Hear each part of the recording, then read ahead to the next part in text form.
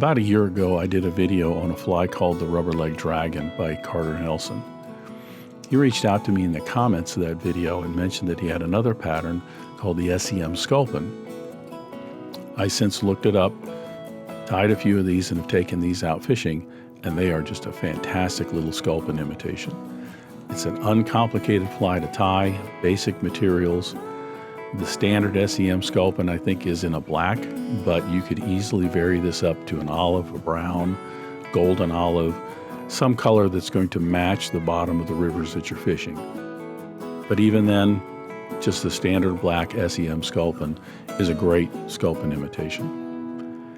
It's a heavy fly, it stays right on the bottom, right where the fish are, and I highly recommend anybody who does any warm water fishing should have some SEM Sculpins in their box. So that's the SEM Sculpin, and we'll go ahead and get started tying.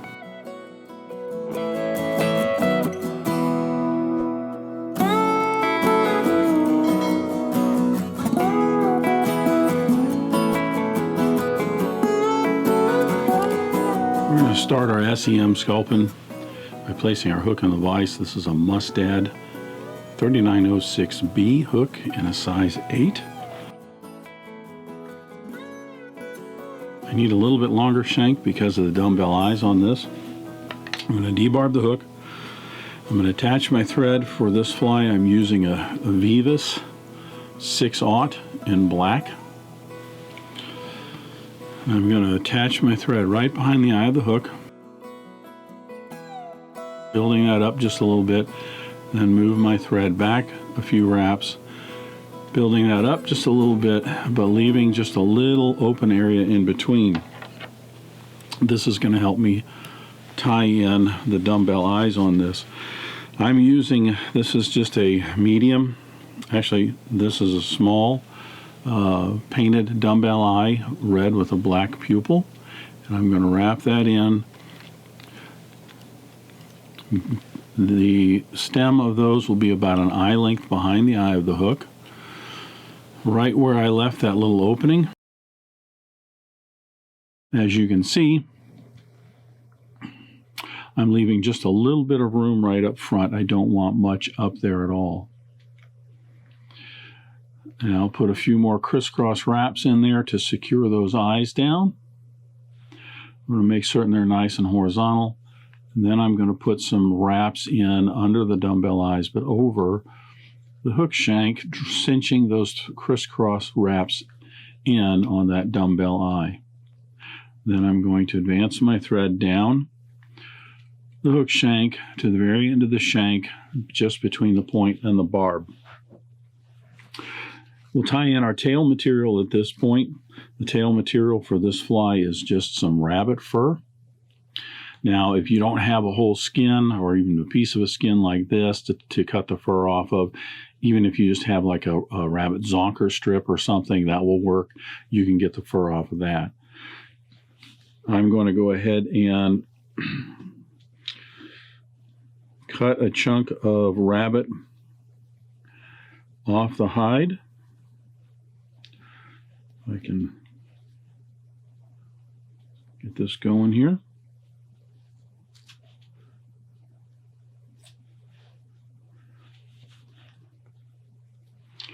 I'll get all of this off of the hide. I don't need all of this, so I'm going to take some of this and I'm just going to set it aside. We're going to use that in a little bit for a little bit of dubbing. So if that's too thick, if you have too much, just go ahead and thin that out. Take a little of that and just set it off to the side.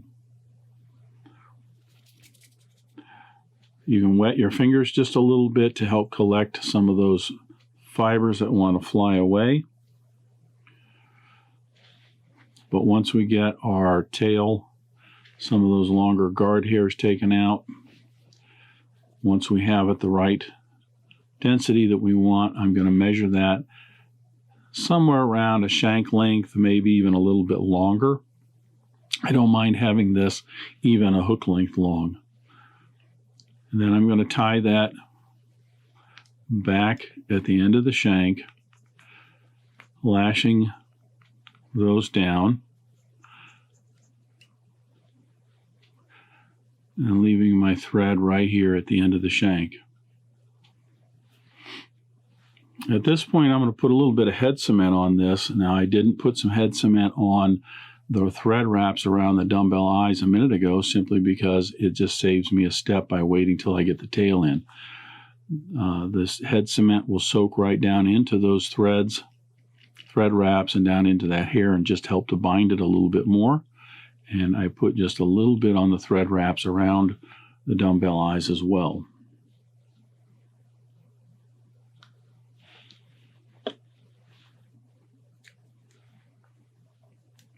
I'm going to go down just down the bend just a little bit.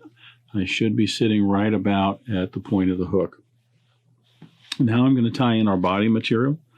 Body material for this fly is some, it is a large Rayon chenille in a black.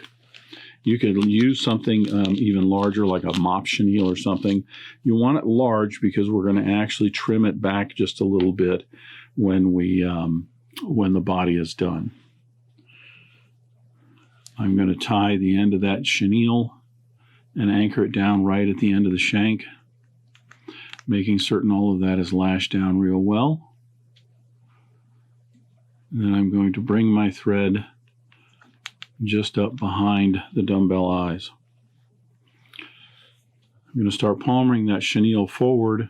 I want all of my wraps to be tight up against the previous wrap so that we have a very, very dense body along the hook shank.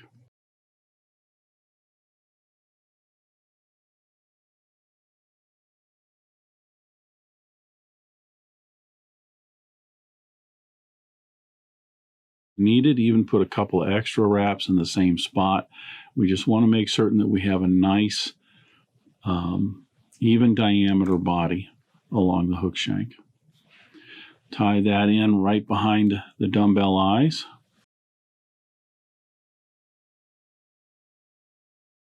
And trim away the extra chenille. We'll lash that down a little bit more just to make certain. What we're going to do is we're going to trim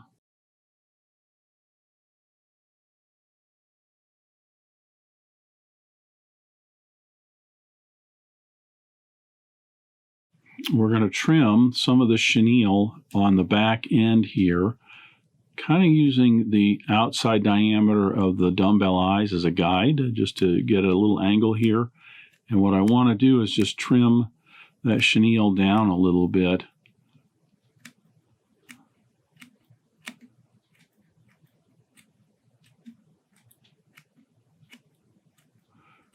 Just to give me a little bit more of a tapered body, that's all. That's all I'm really looking for, is just a little bit more taper to the body.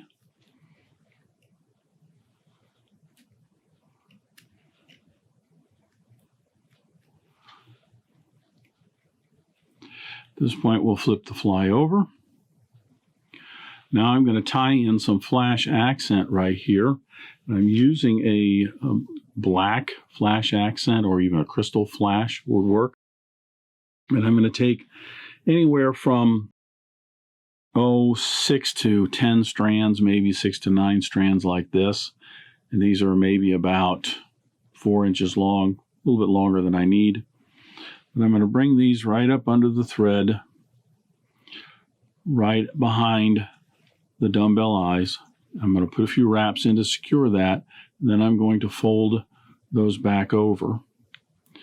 This is going to secure those inside, those thread wraps a little bit more than if I just tied in the cut ends, because they're wrapped underneath that thread. I'm going to hold these up. I want to trim these so that they're going to be somewhere just past the bend of the hook, maybe, a 1/4 of an eye length, something like that. Just like that. And then lastly, we're going to tie in our collar. For the collar, I'm using a American hen saddle. This is a Grizzly hen saddle. You could use something like a guinea hackle or something like that if you want something. Just the Grizzly gives it a nice contrast. I'm going to choose my feather and remove the fluff off the bottom of it.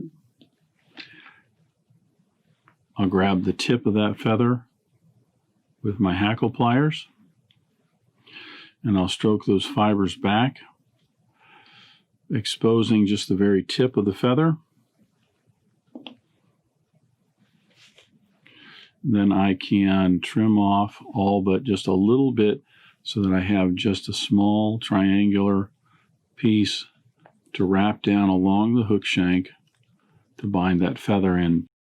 Now don't be concerned that I've actually opened up a little space right here behind the dumbbell eyes. That's going to get filled in with that collar.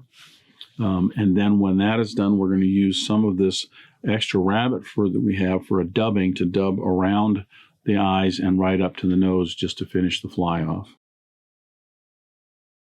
I'm going to grab my hackle pliers onto that hackle, stroking those fibers back, folding them back so that we don't get those laid down.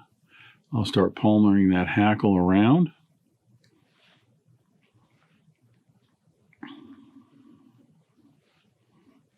This is going to give us a nice little collar right behind the dumbbell eyes.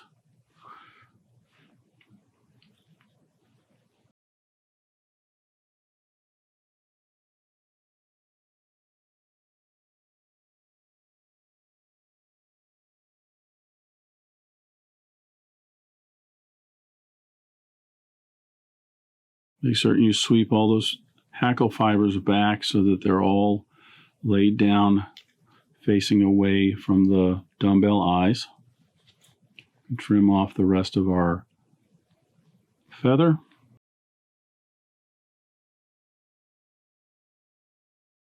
Now our collar is done. So if needed, I can take a little bit more rabbit hair off of the hide, and I can mix it with some of this that I already got, just so that I have enough dubbing here. What I want to do is just make a thin noodle, maybe about 4 or 5 inches long, of rabbit hair. We don't need to put a huge pile on here. We want to actually use just some thin layers to fill in, cover up those thread wraps around those dumbbell eyes, and just to help our fly look a little bit more finished. Just take your time with it. I usually get about a 5 to 6 inch dubbing noodle. And I'm just going to start palmering around here, working in a crisscross manner, just to cover up those thread wraps around the dumbbell eyes. And I have just a little bit left when I come right up here, and I can just finish that nose off. Put a few wraps in for the head. Finish it with a 4 or 5 turn whip finish. And I can cut the thread off. Pick some of those out, cut some of those off of those hairs that are sticking out if you don't like them sticking out like that. It's kind of what we're going for anyway. And inspect the fly, and I will put some head cement on the thread wraps right behind the eye.